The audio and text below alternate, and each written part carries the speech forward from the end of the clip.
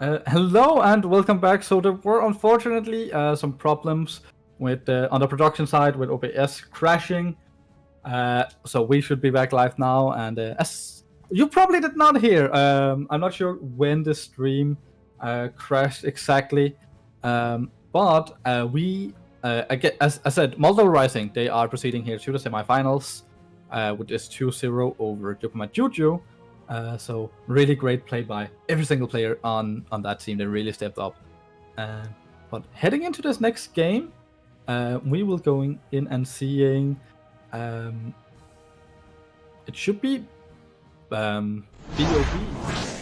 So Band of Brewers versus Dingsitas, I think, right?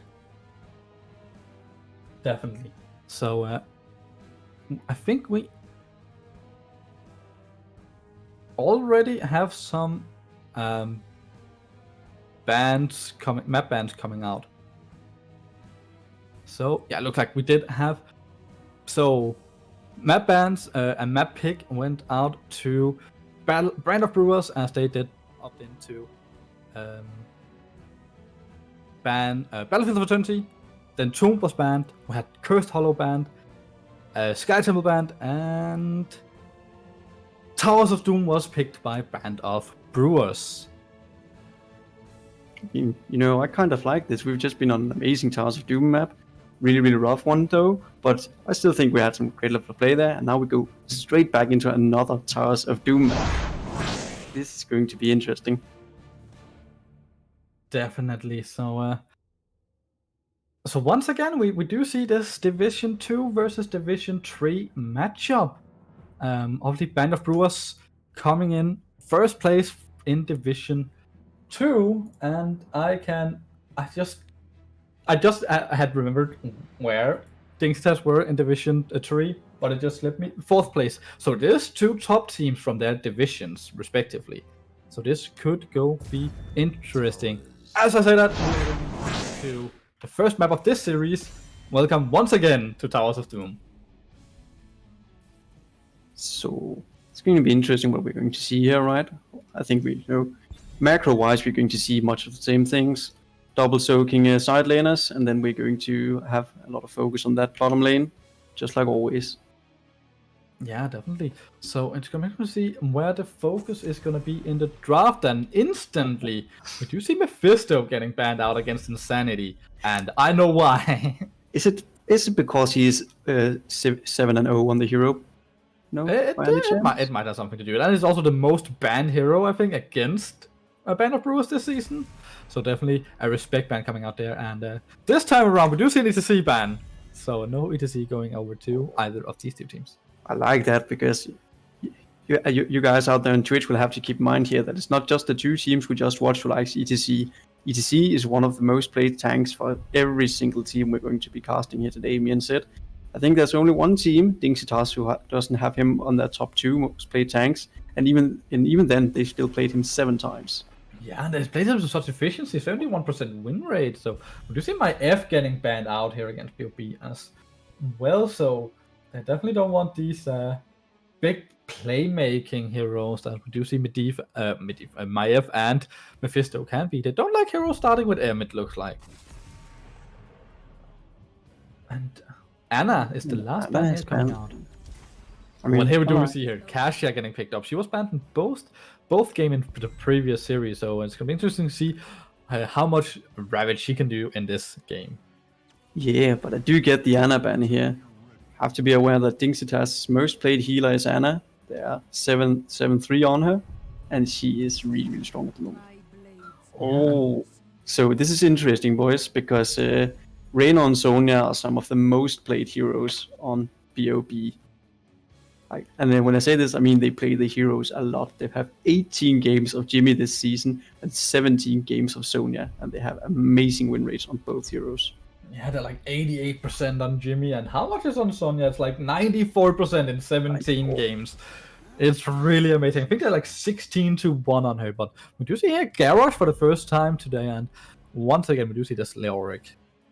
It's interesting we get to see Garrosh actually. A lot of the teams we're casting here today often ban Garrosh, or at least he's among their top bans. And you know, I kind of get why we're sitting here It's the final rounds of the cup, right? And Garrosh is really annoying to play against because you make that one wrong move and you lose the game, and it feels terrible. And here we do see Ming getting banned away as well, so we're not gonna see any of the resets going on, at least from her this time around. So last ban here, going over to the side of Dingsitas. So we can see if they might gonna ban out some of these like really heavily picked heroes from the side of people. I guess ETC has gone with the last like third really high picked hero. So Johanna, so they're just hopping into like say, okay, we're gonna tank choke you a little bit, get out of the meta tank pool. I guess May still open, who's fairly meta at the moment as well. But still, I kind of like this. Usually when you talk about tanks and counters, you would say that, ETC counters everyone, particularly someone like Garrosh, and that Johanna counters ETC, and Johanna and ETC counters Garrosh. So now that both of those are out, well, which tank are you going to pick into the Garrosh? Oh, I really like what POP is doing here, though. They pick up the Anduin, they pick up the Orphea, and that Anduin, he can go with the Leap Sonya together with Light Bomb, but Orphea can also cover some distance and just dash into people with a Light Bomb on. So they do have some options right here. Also with the pull against the Garrosh, obviously not to forget the Leap of Fate. Exactly. I think that's one of the big reasons here, and also Transparent has played quite a bit of Anduin and is doing well on the hero. So last two picks on the side of Dingsitas, Hanzo and Malfurion has picked up as a Nubarak is picked up here by BOB, and Time Bullet will play the beetle. The beetle. The bile. No. Wrong. That's Stitches you're thinking about. So yeah, we do see a fairly heavy engaged team actually from the side of BOB. They want to go in, but on the side of Dingsitas, they can engage with a Hunter or into a Garrosh Taunt or Garrosh Double Throw knock up into Taunt like later, right? Exactly. You might even see an Entomb on the squeeze like Anduin, Raynor. They can't get out of the Entomb, right? And then when you have the Entomb on them, you throw the Dragon's Arrow. You have Garrosh going in there to get the Taunt, and Furion can follow up with Roots. It's really spooky. Or even, just thinking about those level 10s, if Kasha can use her Fishing Ultimate Valkyrie to get one of those squishes near Garrosh, that might not be what BOB wants to happen. Definitely. So it's going to be interesting to see how this game is going to play out. Do you think both teams have fairly great tools to deal with the enemy team? But going into the first map of this series is Towers of Doom, and in blue on the left side we do have Band of Brewers with Transparent playing Anduin, Time Bullet playing the Anubarak, Insanity playing Orphea, Lazy once again on his favorite Sonya, and Paige Biscuit on her favorite. It's the Jimmy. Yeah. On the red side, hailing from Division 3, we have Dingsitas coming in strong with Mantis on Kasia, Griefer 2 playing Hanzo, the Carlstar featuring Leoric, Joe Banana on Garrosh, and Kangaroo showcasing his Malfurion skills. So we do see fairly standard. The teams are clashing in the middle this time around. So, but it looks like they just want to like stand back and poke. No one really want to go near. I can definitely understand BB. They don't want to go near this Garrosh and getting thrown. We do see here Time does get thrown. Oh, dodges the root here. So Time getting up just in time. Nice borrow charge to escape from certain death. I like it. So, do you see a faster rotation here from the side of BOB though? As we see Griefer 2 is doing this long rotation around, does not want to get caught out and potentially give away a first, but I really like that when they did get a little bit faster. But we do see Insanity clear on Orphea, got so much wave clear, right? Yeah, and also Paige just helping out here with Exterminator Jimmy, makes him into kind of a macro monster. And I think, all the tank players out there might want to look at what Time Bullet is doing. He's not really showing in the lanes, he's not helping with wave clear, he's just standing out here in this big open area trying to interrupt opponents' rotations, scout out incoming Garrosh flanks. Really stellar tank play from him. And we do see BOB, they have started their camp a lot earlier than the side of Dingsitas, so they might actually be able to do an invade here. If they do so want to. Looks like they want to here. They are going in. Time Bullet gets thrown back a little bit. Here we go. Oh, Time Bullet not getting far enough though. Yeah, I also think, yeah, you go first, mate. So I did really like what Joe Banana did here. He threw Time Bullet away from the camp. Yeah, instead of, trying to get that kill on him and being greedy, you just throw him away and say, no, our camp, leave us alone. Yeah, exactly. So, do you see the top laners are doing top laner things, just sprawling a little bit and trying to clear these waves, presumably some double soak. Do you see Insanity was actually up and picking up this mid wave for his team, leading his team to be in front of these rotations. Yeah, it's actually kind of interesting watching the top lane here. Like, Usually thrown in, but there's the pull from Transparent instantly, not risking a first blood going over here. Yeah. I'm saying Lazy is doing really, really well in the off lane here. Like, usually a lot of offlaners would be afraid to try and take a Leo in a straight up fight, but he just doesn't care. He plays Sonya, so he just smashes and whirlwinds himself through the ether, actually beating out the Auric a bit in lane. Yeah, we do see first altar phase coming in. We can see who comes out on top here. Who do you think have the stronger team in this early stage of fight? Do you see? Looks like the Auric might be looking for to look down a little bit. No, he's just wanting to do the wave, as all the Aurics do. Oh, exactly. Are they going here for a kill? Maybe. You see Insanity goes here for some damage on the caster, but not really finding enough time bullet. Getting low down here. I think Dingsitas actually has a good shot at getting the two first altars here early game, simply because Leoric can just go deep, die, be back again in 10 seconds, because he can get that trade value out there that we like to see. Do you see Page Biscuits here going incredibly low? At the same time, but the Unstoppable has to be used here by Joe Banana. Insanity is in a really tough position, managed to get out, but Griefer also really low. But the tower was secured by the side of Dingsitas here, so a little bit of an early advantage at least on core HP here, but XP advantage actually half a level lead right now to the side of Band of Brewers. Yeah, I think particularly root on Joe Banana, will he be able to go down here? No, he will walk away. But yeah, talking about the XP lead, I think particularly before level 4, it was kind of hard for Leoric to keep up with Sonya.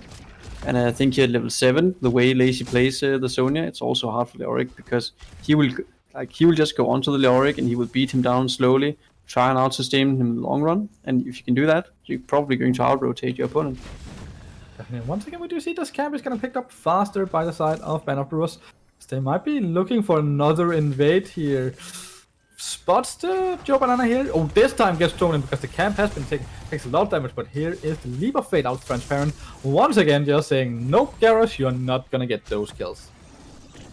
Yeah. Also like the fact here that, you know, we've seen before that Time Bullet actually managed to just borrow charge out himself, but Transparent here notices that Time Bullet cannot do this. He's already hit by the root, so we have to pull him out instead. Yeah, so really good knowledge here by Transparent, like seeing that his teammate is in the need of the assistance here, cannot abuse his own Unstoppable. We do see, the knockback here from Page and the root from Transparent, just making sure that Joe Banana does not get close to Page and getting that potential kill. But first blood, actually coming in a 1v1 in the top lane, not expecting that. Lazy picking up the kill versus the caster. Yeah, I mean, that's what happens when Lazy plays Sonya. He's our featured Beyblade here, and he's really good at it. Yeah, he definitely does like spin to win. As look like there's just gonna be a trade on these altars, but look what Lazy and Insanity is doing in top lane. They're just taking this camp again. They might not get a lot of value out of it exploding since people don't focus top lane, right?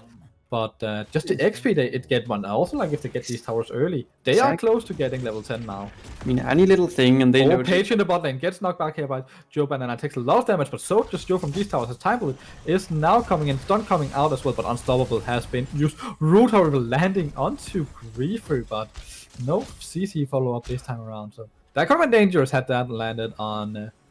Or Time Bullet have been ready for the root to land there, at least with the Q knockout. Oh, Mantis here in a lot of trouble. Time Bullet not connecting with the stun, but it doesn't matter. The second one connects. Insanity even cutting the escape route off with his crushing jaw alls here. And we did see them, like as mentioned, they got that level 10 and they just abused that they haven't tried to look for this really forced kill. Yeah, I like it. You know, you get that level 10 advantage, you force something, right? Might as well. It's very, very likely that you're going to lose the fight. Very, very unlikely that you're going to lose the fight. So you might as well see if you can get something. Like, if nothing else, you can try and, what should we say, yeet the morale of the opponent's team away just by getting kills. Yeah, definitely. So we do see 10 have been picked up by both teams here. Still just around a level lead in favor of Band of Brewers. And they're looking like to go in their own camp. But this time around, it is Dingsitas, who wants to be on the offensive here, as they go in, they are potentially looking for time to double knock up. Is it going to be a double taunt here? Yeah, the arrow comes in, but look at this Transparent just going in, altering himself as they are looking on Mantis right now. Jumbanana going triple low here as he will be the first one to fall. Kangaroo also going low.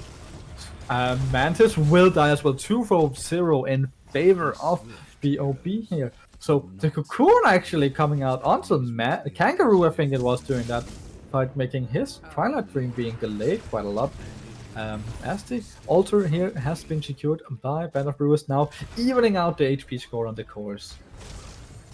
Yeah, I mean,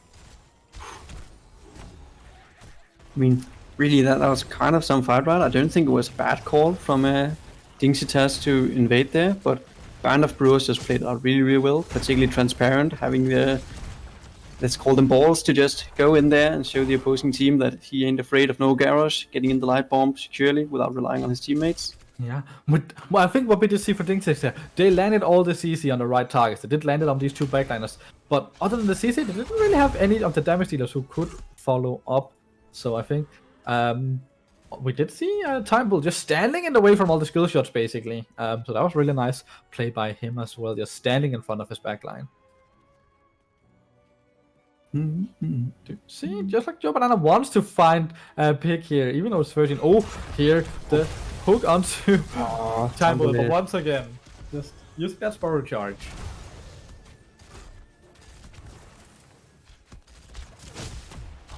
Interesting to see from the side of BOB. They're using Insanity a lot to double, to like go back and forth. Oh, here we do see. Is there gonna be a light bomb combo here? There is Insanity with the double stun here. They actually lands on Jumbanana and Kangaroo, but Jumbanana manages to work it. Oh, here comes the crossing jump, cutting away from Mantis. Will he go down? Insanity is chasing him down. Yeah, there comes the jump, securing the second kill. BOB is running it down mid, but I guess right now. Yeah, I mean, actually, I think that crushing jaws was really good. You might notice that it doesn't hit the opponent, but either the opponent has to be hit by it and then he'll die, or he has to step back into Insanity's jump, in which case he might very likely also just fall anyway. Yeah, really, really good placement. See, Lazy here with the being fast on the rotation, he's actually gonna take this mid bell tower. Lazy, what are you doing at the Sonya, my man? I mean, this is usually how Sonya players do it, right? They see a lane, they see there's buildings in it, and they think, those buildings, I don't like them. I'm going to remove them from the map. Well, he quite didn't remove them though, so didn't he fail half here? But I'm gonna give benefit of the doubt here. Oh, Jumbanana nearly finds Insanity, but it will be a minute. He's taking a lot of punches there as he goes down. Page with the, I think that was the Q, right? Yeah, it was the Reina Q, just finishing it. So yeah, oh, Timeball going in for Kangaroo, not connecting, as they are looking to see if they can get this bottom bell tower. Again, they have this mid advantage right now. Look like Dingsitas, they might just want to rotate here. No, they're rotating for that camp. Oh, but Timeball is here. Yeah, really like what they're doing here. So they have that kill in the garage, so they're just saying, hey, we can get our own camp easily without assassin here, and then we can threaten the opponents away from that camp, and then we take that afterwards. And now I think they're going to look to get that bottom bell tower. Yeah, definitely. And it looks like Dingsitas just accept that they are not going to be able to defend it. They are just going to take their middle bell tower back. So, bell tower trade here. As we do see 5-man of Band of Brewers actually being in this bottom side of the map. They want to see if they can push in some of these sappers here. It's gonna be hard though, but there's not a lot of way to kill them right now. Oh, the hands are coming, doesn't connect. So the crossing guard lands onto Mantis. He takes a lot of damage. Here is the light bomb as well. Mantis goes down. That's a triple kill here on the side of Band of Brewer. That's massive. And I also think they got some of the sappers in during that exchange as well. Yeah, I think so too. But holy slot here, really. Is this gonna be a triple here? They're gonna be 1 HP away if they get all 3 of these. And looks like Sonya is just gonna straight up kill Caster here. If Caster doesn't move, can he reach to get the kill? Oh, Timeball comes in. No, he will survive. 100 HP. No, he will die to a beetle, I actually think, killed him there. Insanity here looking for Griefer will get that kill as well. And that's definitely gonna be all bell towers. Channel. Looks like they might want to go for this mid board here before they channel their own, and that will be game if they do. Yeah. Well, you know, even if it fails for them, if they, like, just the boss would also win the game, it's going to be a really, really hard position from Dingsitas to get out. Yeah, here we go, they get it, and there's no way that this bottom bell tower will be taken fast enough. What on? it started so well, but it just turned so one. And they want just pick up another. Like one for the road on Carlstar here. So BOB all like just around level 10, they just stepped on the pedal and just stormed through. They were looking like they wanted to speed run this game at like after level 10. Yeah. What was that? I'd like to say, you can see the band of brewers have really, really good synergy together. And I actually think I know the reason why, because a reliable source is telling me the band of brewers had a topless brunch together this morning, which might have boosted, their synergy levels by quite a lot. That's some synergy level, definitely. But yeah, so it started so even, but it just looked. If you look at how this game ended, it looks so one-sided. So what is what's gonna be Dingsitas' strat going into this next map here? How are they gonna come back? How are they gonna make sure that they don't end up just, losing some players and then just snowball? Because we did see there was a 13-0 in kills. Dingsitas not picking up a single kill in this first map. Yeah. So I think, a few things Dingsitas might want to think about is that if they do want that garage, they should probably remove Transparency Anduin, because he counters the garage super well with it, and he plays a really, really good Anduin. Second is, they should really look at those 3 heroes that we talked about from BOB that they play so much. The ETC, the Jimmy, the Sonya. Like, these 3 heroes are so core for BOB, and I think giving, maybe you can't get, you can't stop them from getting all of them, probably, or from not getting any of them, I should say. But just if you could deny 2 of them, at least, I think that might boost your chances quite a lot. Yeah, definitely. But we do have an update from the Heroes Lounge 2. So if you don't want any spoilers on how those matches are going, close your ears for just 2 seconds. As Logia right now is up 1-0 against Curso. So a little bit slower this time around on that side, but we do have a map actually being picked here for this match we have going on this channel. As Dizzy Dingsitas, they went for first pick, and Band of Brewers, excuse me, will take us to the favorite map of the entire lounge, most likely, Infernal Shrines. Yeah. It's okay messing up the names, I think, though. There are lots of B's in both team names. It's kind of hard to, tell them apart sometimes. Definitely. So it's interesting to see how they are gonna do on this map. Are we gonna maybe see a Sonya ban? Because this is a really, really good Sonya map. If you hadn't just mentioned it, I would have mentioned it. This is really the home place of the Sonya. This is where you find the wild Sonyas striding around on the shrines, Beyblading through all the minions. I think I would really like to see, either a team focused around taking down that Sonya, baiting him into picking it and then countering it, or just straight up removing it. Like, it is Lazy's top hero, and he will play it if he gets the chance. Definitely. So it's interesting to see. Like, I have a feeling that the Band of Brewers here in this match, they will just kind of stick to their guns. They don't need to show anything, like they prepped any special strats or anything. That I don't think this is where they need to show it. They are up 1-0, so they just need to pick up one more map, playing like the standard stuff, and then they are moving on, right? It's more like if they lose this map, then they might need to look more into it, right? But right now, Dingsitas, they have to win this one to stay in it and stay in the Legendary Cup. So I'm interested to see if they have anything up their sleeve they're willing to pull out this early. So I'm going to be the one to say it, but you're talking heroes who are good on this map, right? You're talking Dingsitas having to pull out something special here to actually get some kind of advantage in this game. Dingsitas has played and won with Gaslow, and this is a map where I could see the little robot Lord Goblin thingy be pulled out, use his zone control to secure the shrines. Yeah, definitely.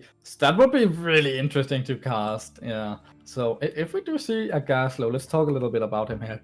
Is it gonna be Gravo or is it gonna be Robo Goblin? I think it depends on the rest of your setup, but usually I would say Robo Goblin. Okay. As we are saying that, we are heading in to a second map in this best of 3 series, 1-up in favor of Battle Beast. Why do I keep doing that? Band of Brewers are up 1-0, and we're heading into Infernal Shrines. Yeah.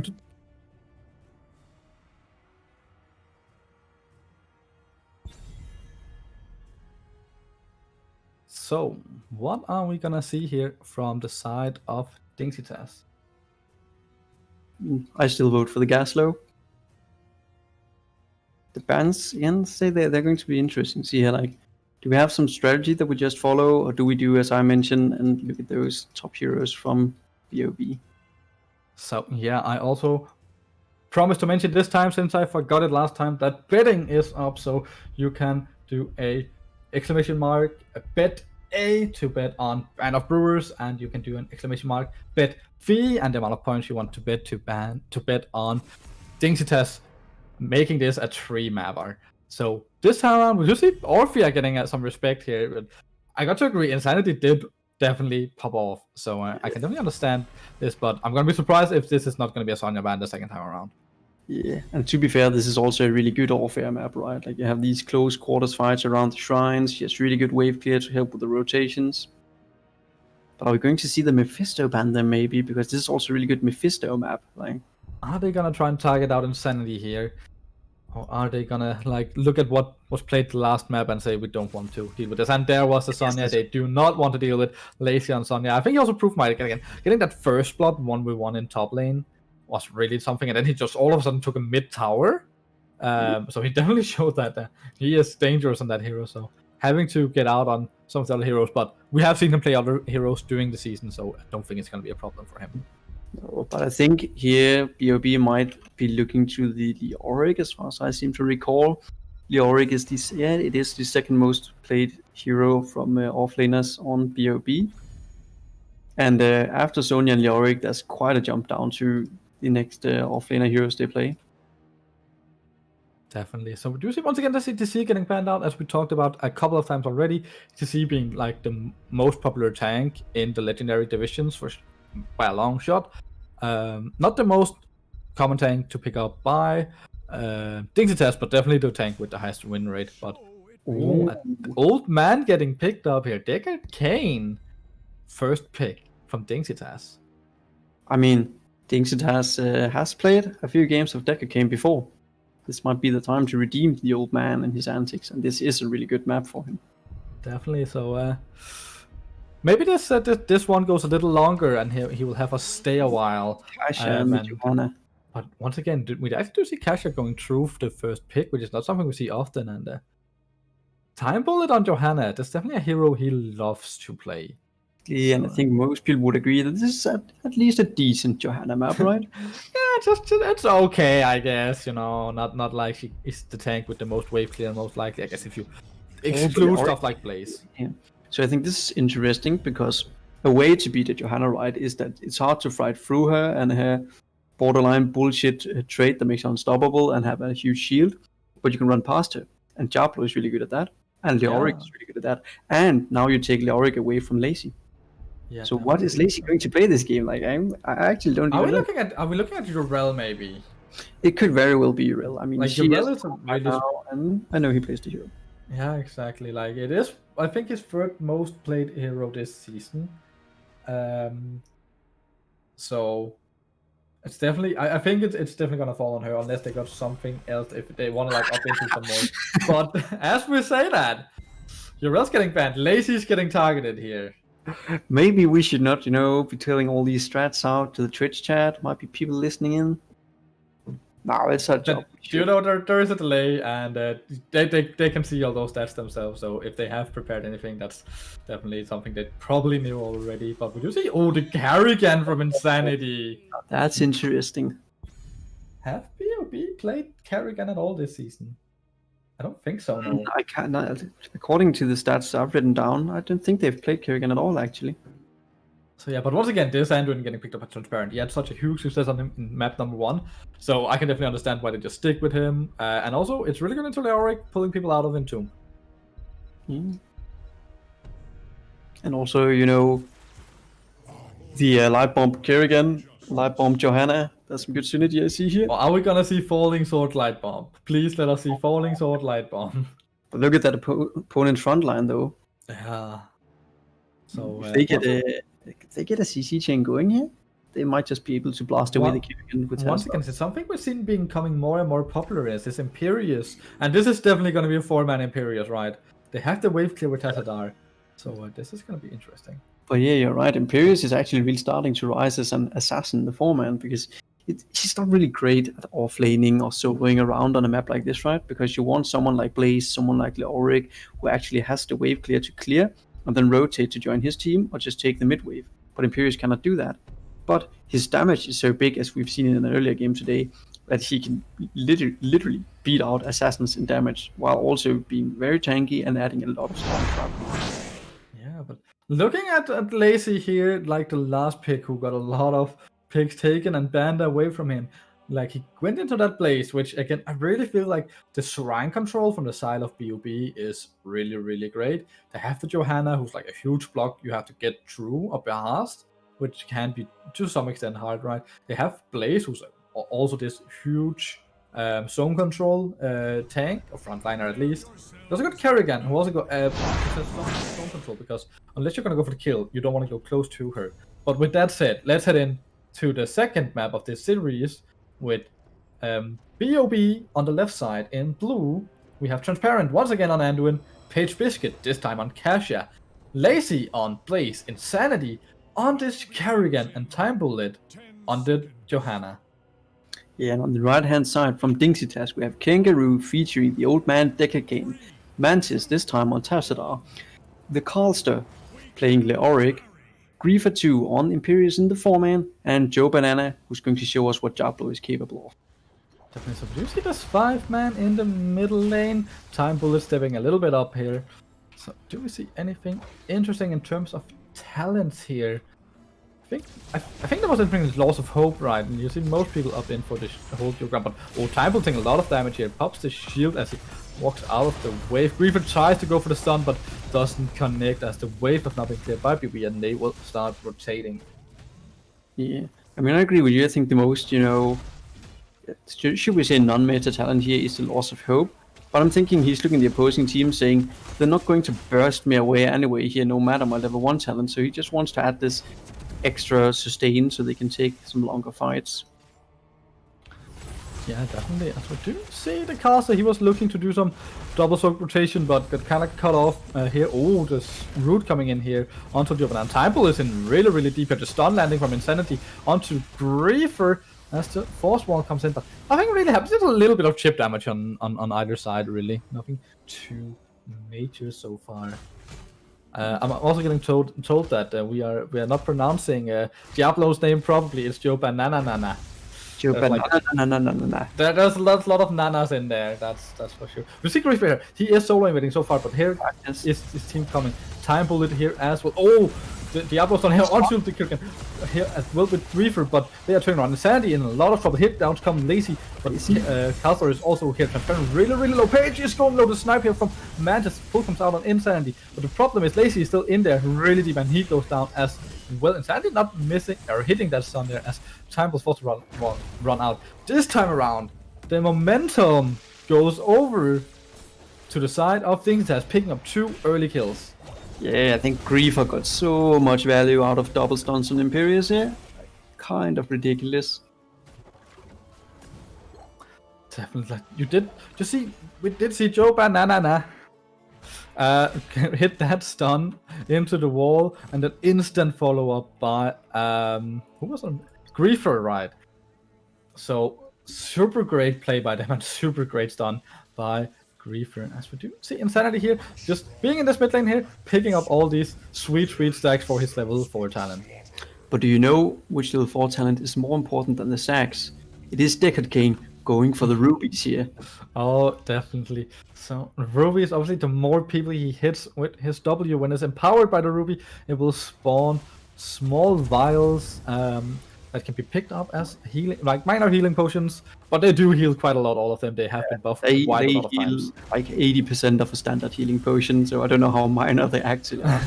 And it makes quite a lot of sense here. You have this huge front line, 3 frontliners who are going to stand in there in the opposing team, and they're not going to die fast. So the amount of potential healing you can get from a Ruby here is actually insane. But do you see position has been taken here by Dingsitas as they are backing out a little bit, so BOB are going slightly into the point, but that also means that there are more walls for Diablo to get stuns on here. This is trying to look for the flank here.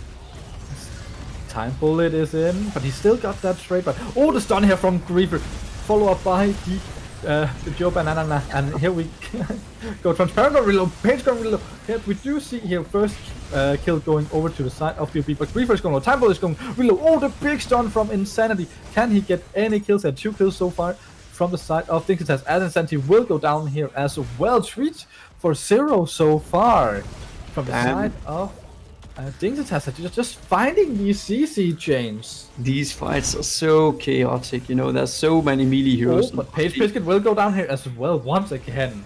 Griefer 2 finds the stun. Dingsitas showing up here in the second game.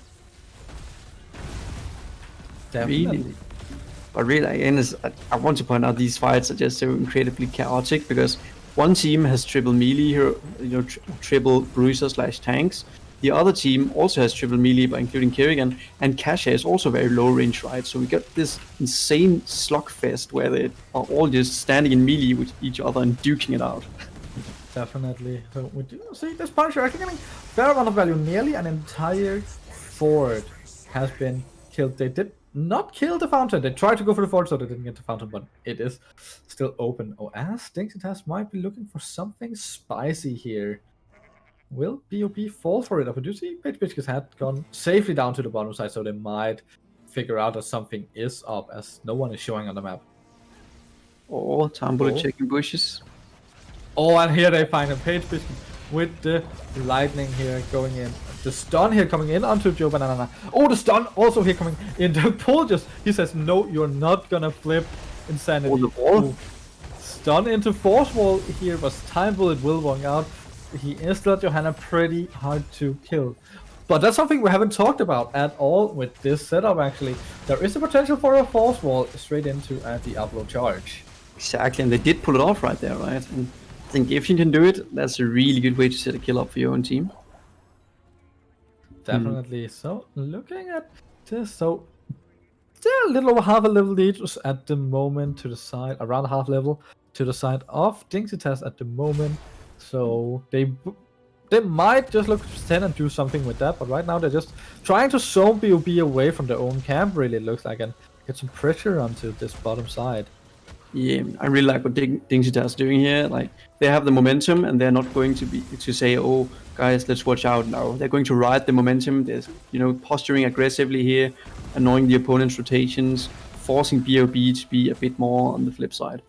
Yeah, but see, they go for this bottom camp, and in trade, BOB will take their own camp. 10 has now been secured by Dingsitas, still a little bit away from the side of BOB. So, is Dingsitas gonna try and force anything with this talent advantage? Yeah, I mean, for their sake, I hope they don't blow too many ultimates here. After all, it can't be too long before Shrine is up. All the stuff. Flip here on Time Bullet, but he will just walk out of there again. It's hard for him to like commit anything when they catch Time Bullet out, right? He is a Johanna. He does have that shield. Oh, nearly stunned. Oh, Griefer landing the stun on Johanna with the root as well. Oh, the pull here. I think there was no shield ready for Bullet, maybe since Transparent opted in for the pull. So I have to agree with this. He does not have that level 1 talent, right? So it won't be up as often, particularly not after the nerf to the cooldown. But we do see here that this camp has now been started by the side of Dingsitas. They might just want to wait, capping it a little bit just to have it during the objective. Let's see how they opt in to do this. No, capping instantly as BOB are looking at their Bruiser camp instead. Mm-hmm. Bruiser camp, obviously, it's not going to get amazing value when it's in the lane where the objective is at. However, it will give you priority over the lane very likely because it will push in there, making it harder for the opponent to have vision on you and your team. They want to clear this mid camp. They do not want to lose their fort to it. So just clearing it out and giving a little bit of possession here, but they do need to get up in that top, and they do need to start a fight relatively fast and always halfway through for the side of Dingsitas. So they look like they are looking for a fight here. Oh, started with the flesh shield as well as the light bomb. But the APOC coming in, being massive. Stay a while and listen. Catch a lot of people here as well. Super explosive. And Tup has been in the Kangaroo going low. Insanity going even lower as Insanity dies, but Castle dies as well. 1 for 1 so far. Kangaroo barely survived that engagement. Same with Mantis. Lazy here landing the stun on Griefer. Diablo here finding Page Biscuit. Can Griefer follow up? There is gonna be a root. No, it's not gonna connect here from Kangaroo, but so far Griefer might be in a lot of trouble as he takes a lot of damage. 1 for 1, but Caster is nearly back already. Exactly. That Leoric will just be back faster than the Kerrigan. It's inevitable.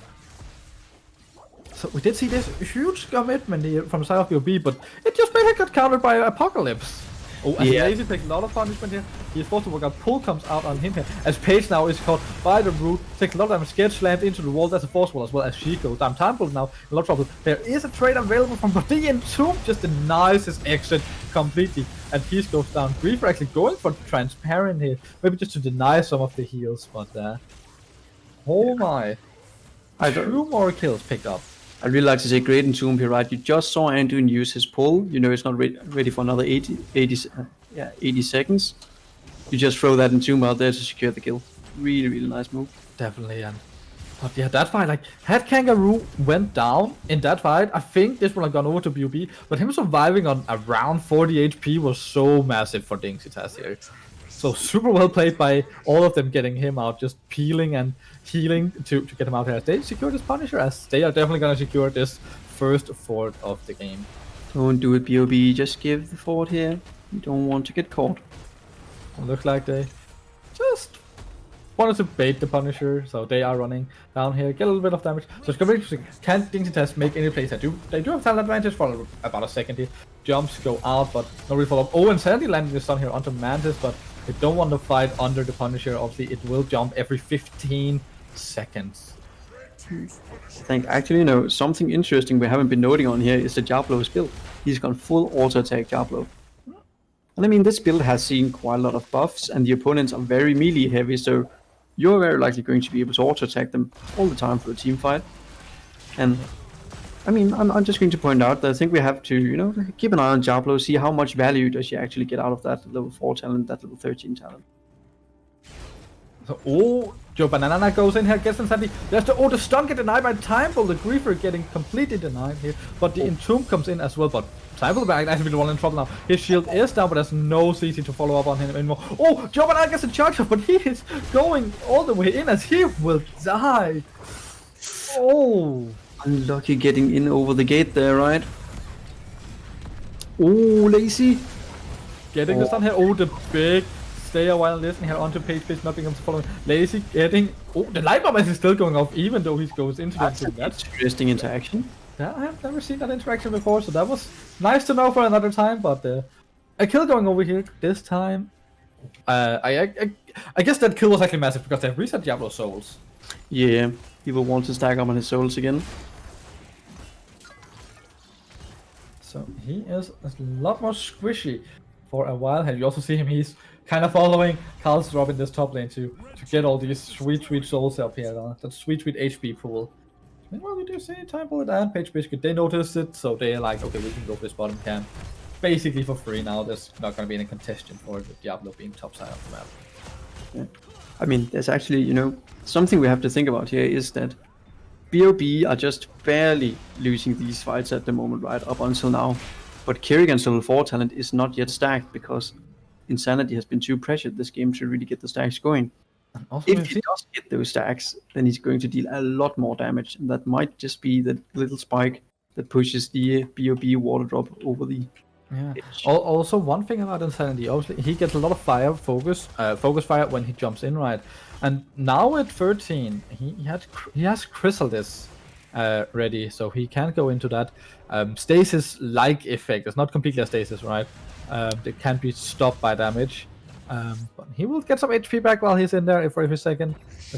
Let's just see a Dingsitas. They went for the push here in the bottom lane, but they dealt damage to the forward instead of dealing damage to the fountain and potentially killing that, denying that during this next objective phase. Also in the mid lane, the fountain is actually still up for BOB, even though they lost their forward. Yeah, I mean, might not look good for BOB, you know, building wise, but this particular shrine, they're actually in as decent a position to win it as Dingsitas are. Yeah, definitely. And Medusa's 16 have been picked up, and I really like this inner focus from Trance here by Anduin. Gives him some more potential burst healing. Right. But so far, there is possession of the area by Dingsitas, but they are getting pressure out already by BOB as they just walk in there. Lazy just trying to walk up into the front line here. Just standing melee range with Griefer, not really being afraid. Typhoid is standing on point. So it's going to see when this fight is going to explode, because it's going to happen at some point when just someone sees the engage, right? Which might be Griefer here. He's going for the... He's walking in a lot. Oh, Lazy with the big stuff. Insanity here with the combo into Light Bomb, into Maelstrom as well. A lot of damage going out here onto Time Bullet as well. Mantis is getting low. Can Insanity pick him up? No. Again, had that level 4 bin stack, that would have been a kill on Mantis for sure. Meanwhile, they do land into my page picture. Oh, gets charged out by Joe Banana. So she will not get killed here. Has to charge out as well. Lazy is going really low, but the stun here from Griefer as well. Base going down. Insanity just going in with no HP. He's just not dying. And Paige also again. Oh, gets stunned here. She surely has to be dead here. That has to be. Yeah. So 2 for 1, but people were so low. Again, it's just by a knife's edge that Brewers are not getting these kills. But also, looking at his sanity during that fight, I mean, that was insane. Badoom. Like, you know, Insanity with it, what? Minus 15 hit points, just still jumping around, doing stuff. Oh, Griefer. Trying to go for this, but the roof from Transparent, but they have Joe Banana here trying to go onto Time Bullet, but I think he's just like, I'm not gonna get him anyways and do anything here, and he's got his shield ready, so rather just not waste the time and just get this fort killed. Yeah, this is spooky. Like Chastity is almost stacked on his level 1 quest. Jablo is almost full souls again. Definitely. And that 20 with the Silence and Tomb is closing in. Yeah, maybe we actually will see a Silence onto the Stay a while as well, so a lot of CC there. But we do see this. This Punisher is still fairly healthy, half health, just hammering away at this keep. As you see, BOB, they can't really commit behind it because Dingsitas is standing too close. Oh, Insanity just looked at, nearly takes half HP from one of those shock rays coming out of Mantis. But, oh, Lazy going in here, that's a stun, but it is on Caster. Light Bomb actually committed, but Insanity not really finding anyone to pull closer enough to him to abuse it. Yeah, so I think here before 20 it gets really interesting. What will BOB do? Like, are they going to look for that fight, or are they just going to turtle it? Yeah.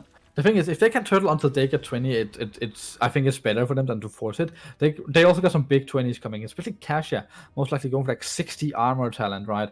Can be pretty massive. It's gonna be to see what level 20 Androids go for. Is it gonna be double pull, or is it gonna be maybe Desperate Prayer for that insane amount of burst healing? I mean, both could be really good here, right? Definitely, but again, not denying that we are most likely gonna see upgraded Archon, which is the standard, which is pretty big for Tastar. He can just keep Archon forever. The Buried Alive from Leoric is, as we all know, like game changing. Diablo is most likely gonna take the teleport Hellgate, so he can give some even larger engage ranges. So it's not small level 20s we're seeing from the side of things. Actually, the Imperious Griefer, a lot of the time you'll pick Brand of Solarian because then you don't consume your marks. Your marks from your abilities just stay on the target for 5 seconds, so you can proc that Flash of Anger at level 7 multiple times. However, these Slugfest fights that are filled with melee heroes, what if he upgraded his ultimate instead to give his whole team a shield? Definitely. So do you see that Dingsitas here? They want to abuse their 20s and just try and get this top keep. So do you think if they get a pick here, can they end? I mean, if they get a pick, I think actually it's very likely, just because if they get that one pick, it's going to be so hard for Band of Brewers to actually fight back. Yeah, but they played safe though. I still like it. Definitely. As we are heading into a little bit of safe space here, and we do have an update coming over from Lounge 2, as the game between Logia and Curso has come to a conclusion, as Logia has won 2-0. Oh my. So, but here we just see 20s are now getting soaked here by the side of BOB. They will get 20 before this next objective, which is massive. They really need to win this. If they lose this, this is most likely going to be game, because it is in top side of the map where they do not have a keep anymore. Yeah, level 20 ponies are going straight onto core. That's going to be rough. Yeah. Also, would like to know here, Sid, that you were right. The Decker Cane did go for Respect the Elderly at 20. And that, together with Silence and Tomb and Apocalypse. I was also wrong though, because look at Diablo, a lot of terror picked up. I mean, it does make sense, right? Again, to say, as we keep going back to it, we have these huge melee slugfest fights. He can get so much healing out of that. Definitely. And actually also a lot of damage, like, 10% damage if you can hit that on the whole opposing team. Quite a lot. Just look at that damage from Time Bullet. But here a lot of them from... Oh, here comes the ape. Page is just getting deleted completely. Insanities with the silence from the Stay a While and Listen here, so huge here, as there's only 2 members left from the side of the OB. So, here we go with the force wall into the knockback from Gio Banana, as Lazy is going low. It looks like they're just saying, we don't need this Punisher, we're just going to go straight down and end this. And it looks like we are going out onto 3 maps here. I do think that it's very hard for Dingsitas to clown this one. Like, they have the Infinite Archon, they're in a 5 versus 1 situation, they're level 20, or they even have, the deck of 13 Ancient Blessings, proving the whole team's core DPS by a significant amount. Yeah, there's no way Lazy can smurf this, not even Lazy. No, so core is like 20% here. So can he save his KD8 on caster? Oh, he can! 69 HP. Oh, nice amount of hit points, some would say. So there we go. Map number 2 going over to the side of Dingsitas. Tying this one up. Keeping the dream alive here. 1-1. This is really interesting, right? Because as you said, map 1 looked a bit one-sided in BOB's favor, right? But map 2 looked a bit one-sided in Dingsitas' favor. Yeah, 15-2 here. So definitely seemed like whatever team gets this early lead, they just keep holding on to it, and the other team just have a hard time, finding their way back into the game, which is really impressive that they're so good at holding on to these leads. Mm-hmm. But yeah, just looking at Mantis here, his stats this game: 140,000 siege and 55,000 what's called the hero damage, topping the game in both.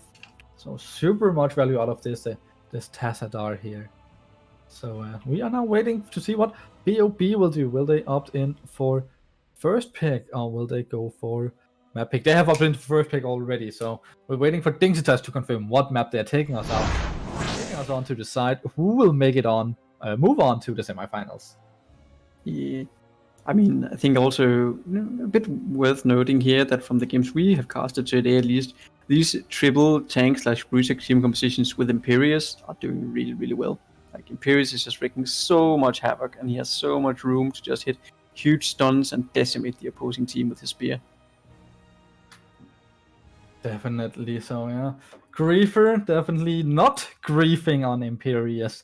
He had some really big plays, but also just I really like Diablo here with this Apocalypse, because again there is so many short-ranged or melee heroes on the other, on the enemy team. They're going to be clumping up, right? They are clumped up, so it's going to be really hard for them to dodge the Apocalypse. And we did also see it like Kasia, when Kasia goes in to hit the Search of Light level 7 talent, or to hit with defend in general.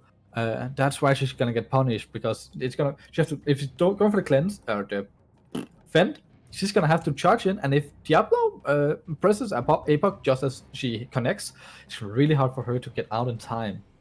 I guess she got War Traveler, that helps her a lot, but still gonna be really hard. Still, it can be really hard. I also think something that I really like about Apocalypse here is the setup they have for it. Because not only are the opponents going to clump up because they're so melee heavy, but you have Entomb into Apocalypse. You have Stay a While into Apocalypse. Like, your team is very easily in this team composition going to be able to set up big Apocalypses, which then will allow the Tassadar to just rip the opposing team apart. Definitely, and we do have a map pick coming out here from Dingsitas. So, do you have a wild guess where they're taking us? It does look like a map I am not in favor of, but I will accept it for this game. Particularly because it is a map that has a habit of going farther out, right? We are going to Volskaya Foundry. Yeah, we are definitely. So yeah, one of the maps where it usually doesn't end super fast. It's like we have to go through around four protector phases before they start to become really threatening to the core, right? So yeah, and a lot of times even go into the fifth one, and yeah, we have seen some games sometimes where some teams they will be dominating the early game, and then they will just lose the fifth protector, and that's it. Then the game is over. So this might be the one where we see a turnaround, and once the teams gets ahead, I would like to see that this map is closer than we've seen the first 2-1 being.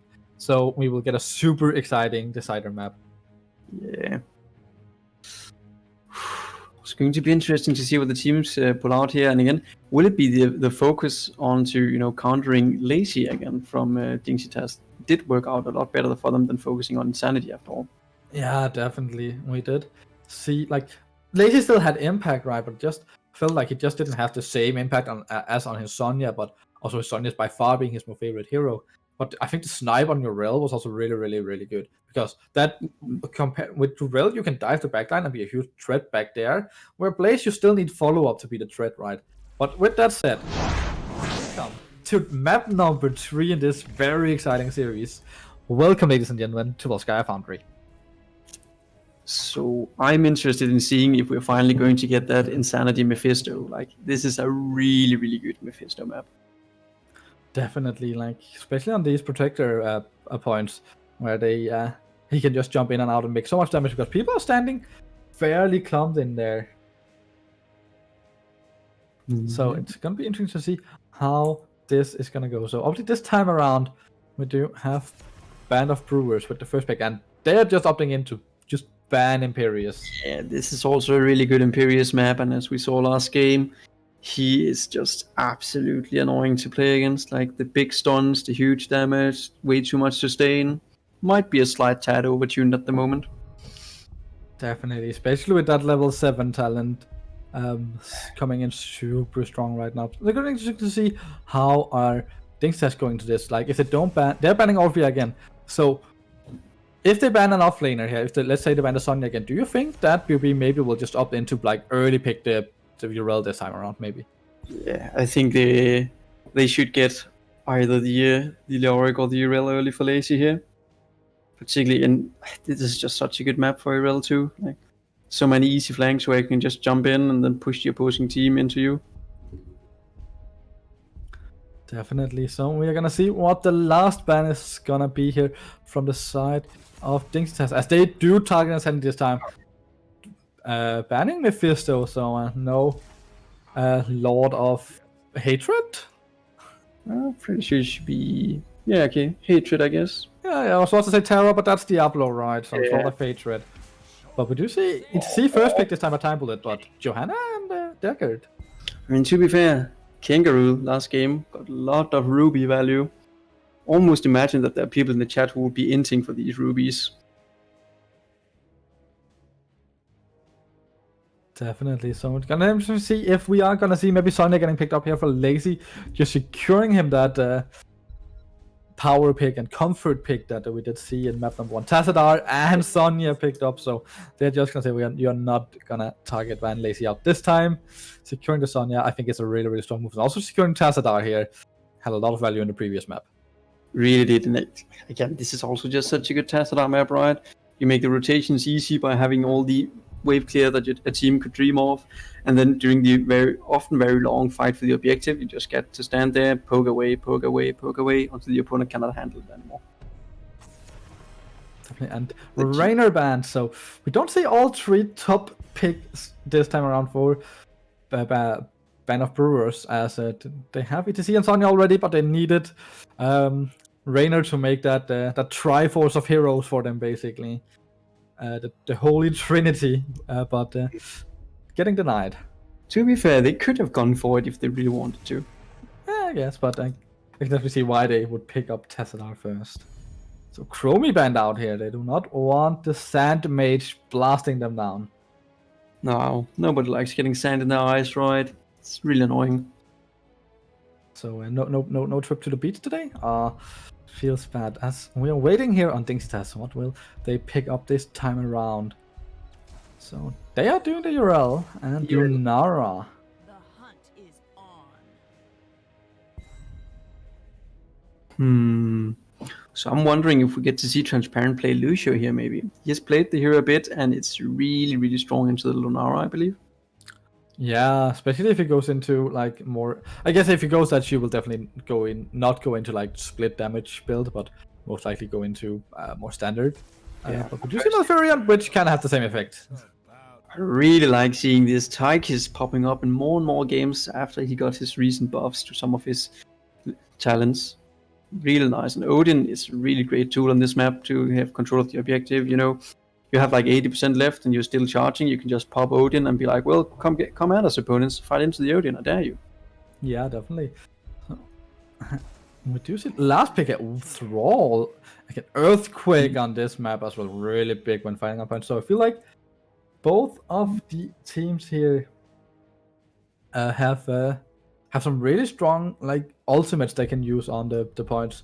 We do have the Archon, we do have this Odin most likely, and we do have this earthquake definitely. So it's gonna be interesting to see how this one fights out.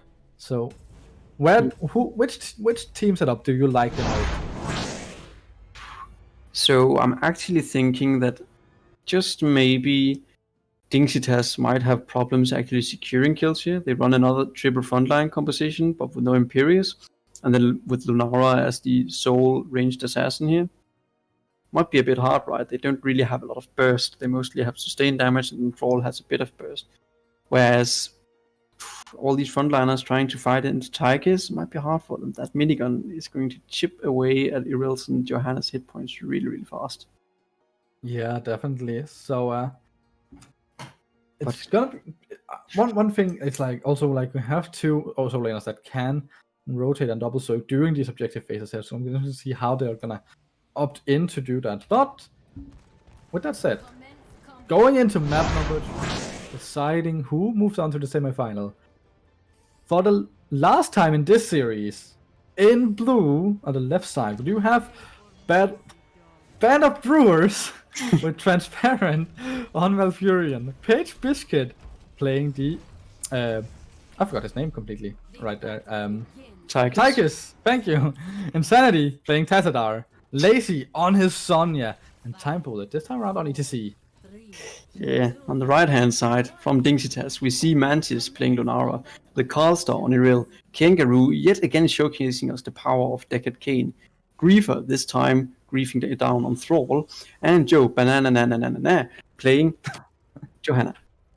So we do see a 5-man setup in here. We do see both these offlaners that like opting in to just stand close to this bottom lane here. Not really committing to go down to wave yet, but still wanting to be here if anything breaks out. See a root here onto Pate Biscuit. Carlster jumping in, but can't really get behind. Lazy going for the stun, but not managing to connect. That's rotation just starting to come out from both teams, and the solo laners will go down to the bottom side of the map. So this is interesting. We actually also see Crash Lightning Thrall. This is one of the maps where it works if you're part of the 4-man, right? So might be we should keep tabs on how quickly he gets that stacked. Yeah, definitely. We do see that sort of often on this, even if you send Troll nothing, because you have these long sustained fights onto the protector points, right? So definitely not a bad pickup considering the map. No, and also considering the opponents, because Malfurion has really good sustain healing. But if you have a standard team fight going on and a fully stacked Crash Lightning Thrall just throwing his Chain Lightning at your team, the Crash Lightning actually makes it really hard for Malfurion to keep up at some point. Yeah, definitely. And we do see both teams here. They are doing the standard, basically 1 minute, go out and take your fortification camp. Make sure you get this little turret. Get it as fast as possible so you can start raking them up before these protector fights. Yeah, this map is all about the item control, right? Those who controls the items controls the protectors. Or so I've heard it said from many a higher tier player. Yeah, what do you see? Oh, Timeball here just sliding out, not taking a chance of getting any kind of CC on him here. So do you see Griefer? He's doing it smart. He's like running in here in front of the rotations to just try and cut them out, stall them a little bit with the lightning, and also get some stacks here. As Timeball takes some punishment, gets rooted, but yeah, it doesn't look like any of the teams really interested in trying to make picks right now. They're like, it's probably not gonna happen. I mean, I think it's quite interesting actually look at the off lane here. Yet again, Lazy gets his Sonya, and again he's just dominating the lane. He's like, you could see up at the top right now that Red is very low on hit points, and Lazy just pushes out the wave, and Rose hits faster than him, and then they can make a move for this healing camp. To see here, Johanna goes in onto the point. Carlster coming in as well on the back line, knocking them into the root here, but going incredibly low himself. Time is low. The support camp has been secured here as Lazy will pick it up. But yeah, as you said, I think it really gives them an advantage that Carlster was really low on HP, so he couldn't really commit that hard into this fight. Yeah, and actually Dingsitas has also used their turret for it. Might be hard for them to fight for this first protector now. No turret, and the opponent has both a turret and a healing camp. Yeah, but we do see the turrets are coming up. Okay, in a minute actually, so this could be a really fast protector going over for BOB, but let's see, Dingsitas did save their siege camp here, so it's gonna be active during this protector phase. Yeah, you can also see there are the pings on the fortification camp. Like they might just want to pick it up during the objective. Or we actually see in the rhythm from Tigers here. That's interesting. Oh yeah, definitely. That's not something we see often on him. Do you see Temple here getting forced off the side here? But down the bottom, Lazy is just punishing Carlster like all the time here. Yeah. Oh. So Carlster's half HP when he comes up here to try and help. We do see again this, but there's a lot of rubies. Will he jump through them? No, he will let Joe Banana pick them all up here. As now we do see a 5-for-5 here, and Santi can a lot of poke here, but Mantis just basically just hitting on Insanity here. Just who will even win that trade? Oh, the deny here from Timeful. The Carlster's jump getting interrupted mid-air. Page Biscuit will get booted, will get pulled back in as Unstoppable here is popped by Banana as he is running away.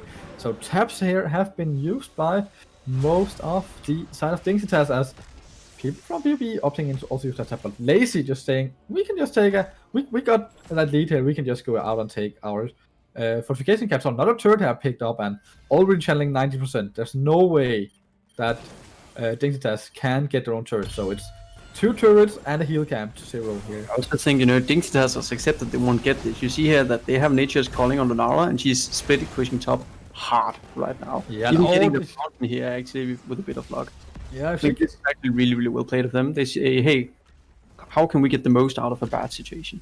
Yeah, definitely. So yeah, that fountain goes down, and that's what most people use this immortal for doing. Even like they will go out top and secure this top fountain here, but Dingsitas, they are just saying we don't need no immortal. No. I mean, it's actually interesting if they can defend it so that Dingsitas, so that BOB doesn't get the fountain. That is huge for Dingsitas. But now it's just not impossible. It's just impossible, right? The protector will just destroy the tower on the side wall and force its way through. Definitely, and they will even up this gate here, and it will also go down in favor of Dingsitas. So both top gates down for both teams here, and we do see Castle here actually dipping really low against Lazy here in the mid lane. Yeah. So I think also, interesting here is that we have the splintered spear from the Nara. And I think, most people would say it's not that great into the Malfurion because his healing negates it, but I think when we couple it with the Crash Lightning here, the whole idea is that it'll simply become too much poke even for Malfurion. Yeah, Malfurion really needs a lot of Moonfires and a lot of people to be able to keep that up, and that's the mana pool that's gonna die out at some point. But yes. Halfway on Crash Lightning already, that's... Even see the forward wine here. Oh yeah, so... 10 been picked up by both teams here. Are they looking for time? Will there be a bit? No Blaze Shield. I actually think, had he tried to commit the Blaze Shield there, he would have been smurfed by Transparent's little tree friend. Yep. See, can they force this now? Oh, Timeful managed to get in onto the point here. Stairwell listen lands on 5 people here. Ult has been popped. That's the Odin as well. Joe Banana in a lot of trouble. She goes down that many rubies, but it was not enough. It's drink him. It's too bad. I'm actually sure. The camp was secured by Timeful, and I think he used the item instantly. Yes, he did. I think that was a good call of him because yeah. Maybe he could get out and they would have it, but much more likely they would, lose a lot of members, lose the fight, and then what? Here he just uses it. They don't decisively win the fight, but they do win the fight, and then they can go and get something done instead of. Yeah, look, they also use both their turrets, so they did use a lot to secure that. In Healing the end, camp. this might actually be worth it for Dingsitas. Like, Yeah, definitely. Like, it's really important for them to have them at least. You know that those heal camps can do a lot, help Malfurion out here a lot with the sustain healing. Do you see them invade this fortification camp? Are we gonna see? Oh, the root here just denying Kangaroo. So that's a nice deny here from the side of Band of Brewers. As looks like they are getting a little bit more traction in this game, but I should say we're just 8 minutes into this game and there's only been 1 kill so far. yeah, I mean, this game seems a lot closer than the 2 first, right? Yeah, definitely. Are we gonna see a counter invader? Nah, it's too late. Camp has been picked up here. Will get secured by Transparent. So now 2 turrets in favor of Band of Brewers.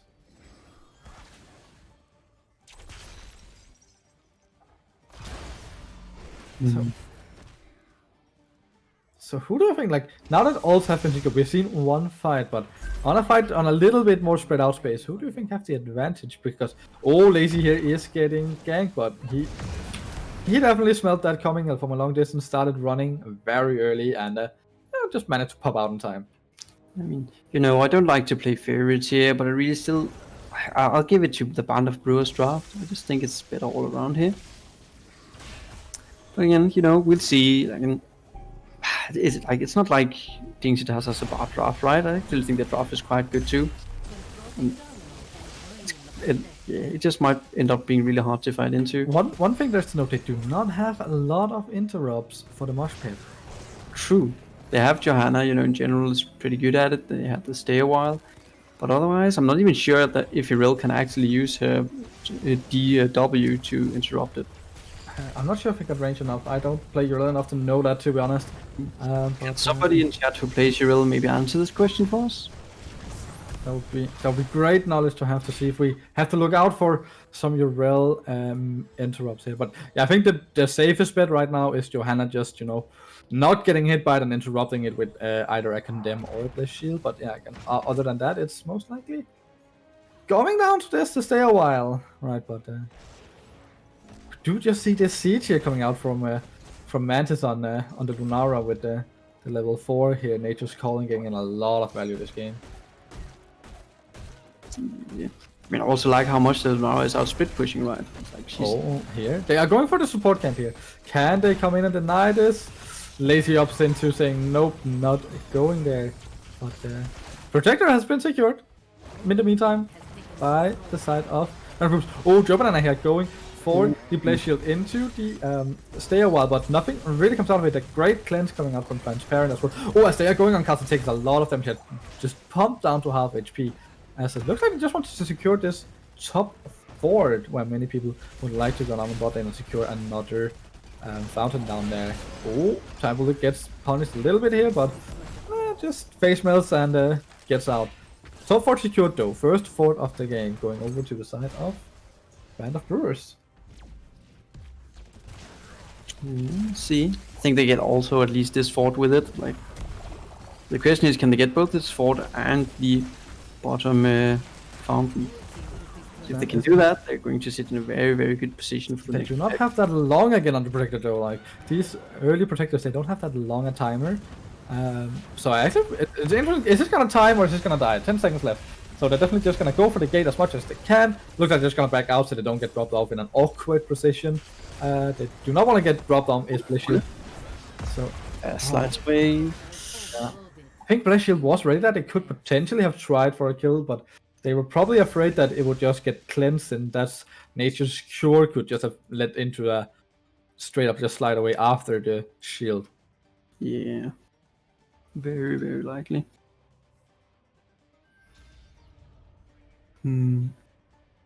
So this is also a point where I think it might get hard for Dingsitas now that Tigers has his sizzling attacks at level 16.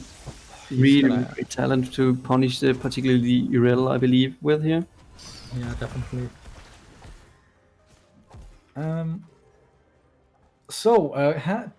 Chat have confirmed that Urel can interrupt Mosh Pit. It's just a very, very tight. So it's a little like playing Lucio, I take it. Like, you can't do this, but Have to be keep your tongue in your mouth. But do you see an interesting pickup here on Tassadar, actually level 16, going for the psychic shot over the thermal lance. But you also see that from the 13, right? Because he did not pick Oracle, which is the usual pick. He picked Feedback so he can keep people in his W, and then, you know, paired with the level 16. Well, here the instant cleanse coming out. So Insanity will live to find another day. Maybe there is a big cleanse. The Mosh Pit coming out here. He knows that not really anything to interrupt him as they're going for Mantis. Mantis actually goes down here from the grenade. Here as they get to, Johanna goes down as well. Carlster has to pop his ult here. Time Bullet goes for the slide, goes for the push. Can they get him as Page Bishop just trying to run and gun them down here? But no more, because will Time Bullet survive this even? That's the question. One more shot and he will survive with 200 HP. So big fight here from the side of BOB here, committing every single ult except the Odin. Yeah. I mean, this was great for BOB. Now they got that fountain down there, and they even got a fort from it, right? And they're probably going to get this heal camp always, no matter what. Yeah, but we do see again one transparent here with this Nature's Cure. The Blessed Shield got out, instantly cleansed, and you know, just Insanity just able to move out of there, pop his Archon, so we got that massive shield. Really, some great plays here coming out. Yeah, I really think both teams are playing this really well. Like, you see how we're 14 minutes in and we have 3 kills. Means even though Dingsitas are a bit on the losing end, they're not just running it down or something, right? They're trying to still do this calculated, see if they can get some good plays in. Time for just sliding out of that triangle, making sure that he does not get caught just before a protector will spawn. So we do have a fortification camp, more spawning here from the side of BOB, and the fortification camp actually spawning for both sides here. So I think BOB, they will just opt in to not invade here. They most likely just want to take it slow. Tyable is likely in here. He is checking. Lazy's here as well. But they do see the world top, and that's why they're doing this. A lot of times going after Tyable. The Earthquake has been down. He has to stay a while, hitting a lot of targets. Tyable is going really low. The face melt will make him be safe here. As we see Joe Banana Knight going down, as Lazy is running down on Kangaroo, but he will maybe just go down here. No, 200 HP. He was so close to dying. He survives. The self-sustain and the heal from Transparent was enough. Lazy! I mean, holy small. Like, BOB, they really just know exactly how much punishment they can take. Like, as you pointed, Lazy here, obviously, because he did like what Insanity did on Kerrigan last game, running away with less than 0 hit points almost. But also Time Bullet, you know, just going in there saying, hey, the opponent's team does not have that much burst. I can get in here, disrupt them, and wait for my team to come. And it worked perfectly. Yeah, so great by them. So they have they have one turret now, so I guess they used either the one they already had or the one they picked up on that fight. So oh my, there's a copy pasta about Lazy now. I mean, certainly chat would not do this. Twitch chat. This is not nice. You don't just do copy pastas about Lazy, like. Definitely never would do that. So what do you see here? 20s have been secured by the side of BOB, as we do see Serenity, we see Bob and Weave, we see Twilight Archon, Pulse of Storm, and Ignore Pain. I love Bob and Weave. Yeah. So, I mean, you know, having 3 charges on the Tiger Sea is pretty great and all, but the real treat is that at some point in time, it was buffed so that when you pick the talent now, you also get 1.5 base attack range permanently on top. Oh, that's so much power. Just we had the gate just disappearing completely. As BOB are going for this key, but looks like they're just gonna engage the backline hand. Sandy here gets hit by the Blessed Shield, but once again the cleanse is coming out from Transparent together with the Tranquility and Kangaroo. Kangaroo is in an interesting position here. The Mosh Pit going out. There's not really any follow-up here, since Insanity is not in position to follow. But great much from Time Bullet in general, just denying anything. So this keep is definitely gonna go down. I mean, can they even win? Like, if they can secure a few kills, I think they win the game here. The opponents do not have 20 and you have that Twilight Archon. The Force Wall just not getting Reaper there. Insanity here is starting a really power. The Protector will go down just momentarily. 2% HP here. The cost are not really taking any damage, but do it Odin. Exactly. Sleep here from Kangaroo, but no one really. Oh, I guess He gets the Odin into it, but will he go down? Can Odin get the pickup kill here? Yeah, he can. Mantis going low. Lazy is just focusing on core here. He is saying, I don't care about the team fight. I want to end this game, and I want to end it now. That's 14%. This looks like a win for BUB as they just pick up one for the road just the last second as they secure map number 3 and secure their spot in the semi-finals. I mean, I really like their choice to go for core here because, you know, the it's kind of low and you don't have any kills, so it doesn't necessarily seem obvious to go for the core, right? But it worked, and I like the call simply because they had the Twilight Archon just going and Odin ready to pop once they got their Protector taken down. Yeah, but look at this once again. When BOB win these, they don't die. 7-0. Not as many kills as they did in the first one, but managed not to die at all. A lot closer game this time around, though, than did we see in the previous 2 maps. But still, a 2-1 victory going over to Band of Brewers, as they will move on and face Logia in the semi-final. Well. Interesting. So right now there will be... Wait, give me a sec. I need to get something to confirm really fast.